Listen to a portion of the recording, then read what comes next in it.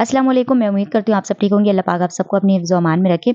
And इससे पहले वाली वीडियो में मैं इस कमीज़ की कटिंग वीडियो में आपके साथ में शेयर कर रही हूँ और उस वाली कमीज़ की वीडियो में मेरे पास 2 कमेंट आई और कमीज़ कटिंग के टाइम में बचे हुए पीस से मैं किस तरह से बेबी फ्रॉक बनाती हूँ वो मैं मेथड शेयर करी थी।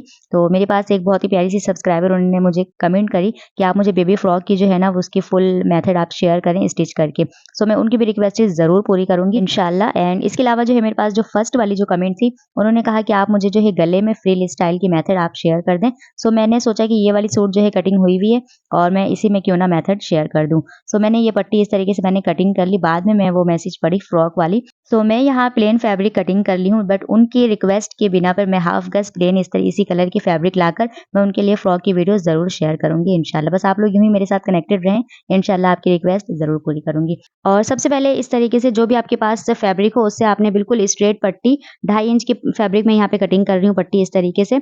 और इस पट्टी में जो है जॉइंट आ जाए इसकी कोई भी इशू नहीं है, आप जितनी मर्जी जॉइंट लगा दें वो फ्रिल होने के बाद जो है वो नजर नहीं आती जॉइंट, ठीक है। अब इसके अलावा जो है मैं यहाँ पे इस तरीके से मैं कटिंग करके आपको दिखा रही हूँ ताकि आपको बिल्कुल ईजिली समझ आ जाए और आपको फ्रिल कटिंग करने की मेथड भी अच्छे से समझ आ जाए।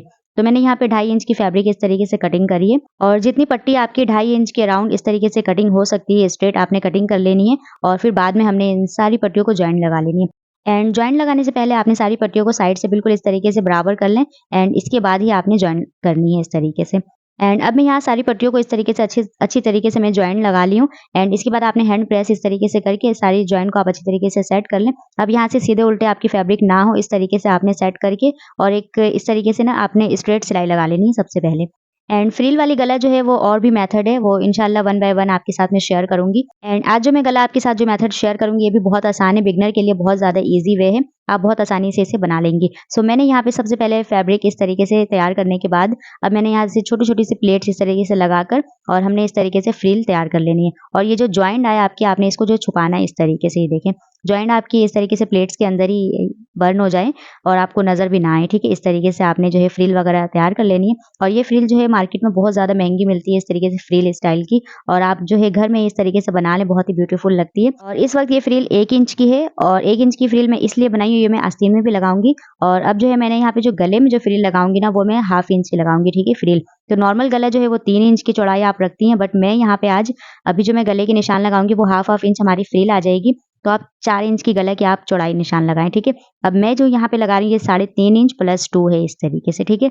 और 4 इंच भी आप लगा दें इशू कोई नहीं है, हाफ इंच आपकी जो है फ्रिल आ जाएगी तो आपकी 3 इंच की गले की चौड़ाई बन जाएगी, ठीक है। 3 इंच से गले की चौड़ाई आप कभी भी ना रखा करें।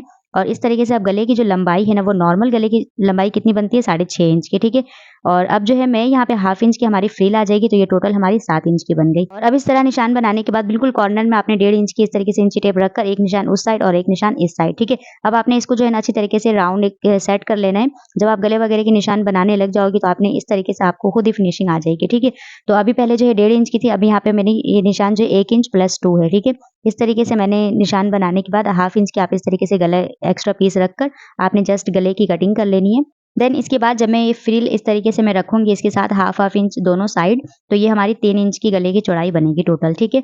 और अब गले को इस तरह आयरन करने के बाद जो है साइडों से सिलाई लगाकर मैंने कंप्लीट कर ली। देन इसके बाद अब मैं यहाँ से चौक की ये जो निशान है ना ये बिल्कुल फ्यूजिंग के ना आपने बिल्कुल इसको साइड साइड से निशान लगानी है इस तरीके से, और बहुत ही अच्छी सी ये निशान बन लग जाती है। आप बस फ्यूजिंग के साइडों से आपने ये निशान लगाकर कंप्लीट कर लेनी है। अब इसके बाद जो हमने ये जो चौक की निशान लगाई है अब हमने इस फ्रिल को इसके साथ रखकर इसी चौक के निशान के ऊपर रखकर हमने इसको अटैच कर लेनी है। और अब इस तरीके से गले में फ्रिल नापने के बाद जितनी फ्रिल गले में लगेगी इतनी फ्रिल मैं जरा और सिलाई लगाकर मैं जरा कम करूंगी और फिर मैं गले में अटैच करूंगी। और ये जो 1 इंच वाली फ्रिल है वो मैं आस्तीन में अटैच करूंगी, ठीक है। सो मैंने यहाँ पे फ्रिल 1 इंच की तैयार करी थी और अब गले में लगाने के लिए मैं यहाँ से जरा सा और सिलाई लगाकर इस तरीके से मैंने फ्रिल को जरा कम कर लेना है, ठीक है, क्योंकि गले में जो है ना बहुत ज्यादा चौड़ी फ्रिल वो बुरी लगेगी। सो मैंने यहाँ से ये देखें सिलाई जो हमारी लगी हुई थी यहाँ से मैंने एक बूट के बराबर जो है मैंने इस तरीके से सिलाई लगाकर और जो हमारी पहली वाली जो सिलाई लगी हुई थी उसे मैं यहाँ इस तरीके से मैं कटिंग कर दी, ठीक है। और अब इस तरीके से ये वाली फ्रिल हमारी चौड़ी है और ये वाली फ्रिल हमारी कम हो गई है। सो मैंने यहाँ पे जो फ्रिल हम कम करी हूँ सिलाई लगाकर उसे मैं गले में अटैच करूँगी इस तरीके से। और ये देखिए जैसे चौक के निशान जो लगी हुई है ना, हमने ये वाली जो फ्रिल की जो सिलाई है ये बिल्कुल चौक के ऊपर रखनी है इस तरीके से। और ये वाली सिलाई लगाने टाइम आपने इस बात का बिल्कुल खास ख्याल रखना है, ये वाली जो फ्रिल की सिलाई लगी हुई है, आपने अभी जो सिलाई आप लगा रही हो ना वो सिलाई के इस साइड हो सिलाई, ठीक है? और इस वाली सिलाई की अगर आपने उस साइड अगर सिलाई आपकी गई तो फिर पहली वाली जो सिलाई है वो गले के पास से नज़र आएगी, ठीक है? तो बस आपने इस बात का बिल्कुल ही खास ख्याल रखना है कि आपने आपकी जो सिलाई है अभी जो आप मशीन की सिलाई अभी जो लगा रही हो ना, वो फ्रिल के उस साइड हो आपकी सिलाई, ठीक है? तो आपकी जो है जब आप गला जो सीधा करोगी तो आपकी फर्स्ट वाली सिलाई नज़र नहीं आएगी। और अभी जो हमने जो गले में जो चौक के निशान लगाई है, ये फ्रिल आपने बिल्कुल इस चौक के निशान के ऊपर ही आपको रखनी है और इस तरीके से आप सिलाई लगाकर पूरे गले को आप इस तरीके से कंप्लीट कर लें। देन इसके बाद अब हमने क्या करनी है, इस गले की सेंटर आपने बनानी है और गले की कोई भी एक्स्ट्रा एजेस वगैरह नज़र नहीं आएगी। बस आपने इस गले की जो सेंटर है ना, आपने इसके साथ इसको सबसे पहले अटैच करनी है, देन इसके बाद ही आपने गले को तैयार करनी है। सो ये बिल्कुल सेंटर वाली जो सिलाई है ना, ये आप लाज़मी इस तरीके से अटैच कर लिया करें। इसके बाद जो है गला बहुत ज़्यादा आसानी से बन जाती है। और अब यहाँ इस गले की जो एम्ब्रॉयडरी बनी हुई है, ये देखें इस साइड से ना ये 3 इंच है, ठीक है? 3 इंच प्लस 2 है, ठीक है? अब इस साइड से हमने नापी जब तो ये हमारी 4 इंच आ रही है इस तरीके से, ठीक है? तो ये देखें कितनी ज़्यादा आउट इस तरीके से एम्ब्रॉयडरी बनी हुई है। और मैंने जो यहाँ पे गला जो तैयार करनी है वो हमने जो है सेंटर से ही गला तैयार करनी होती है। तो इस तरीके से जब ये आउट हो जाएगी ना गले बनने के बाद, ये देखिए इस साइड से जो है ना ये वाली बॉर्डर बिल्कुल खत्म हो जा रही है, लेकिन इस साइड से जो है ना ये वाली बॉर्डर नज़र आएगी। सो ये सब प्रॉब्लम हो जाती है सिलाई करने के टाइम। और जब हम सिलाई स्टिच कर देते हैं, अगर किसी और की स्टिच होती है तो उन्होंने कहना होता है बस ये आपने ना ये गले जो है खराब बना दिए। सो इस तरीके से ये देखिए ये सब जो है ना मिस्टेकिंग होती है कपड़ों में।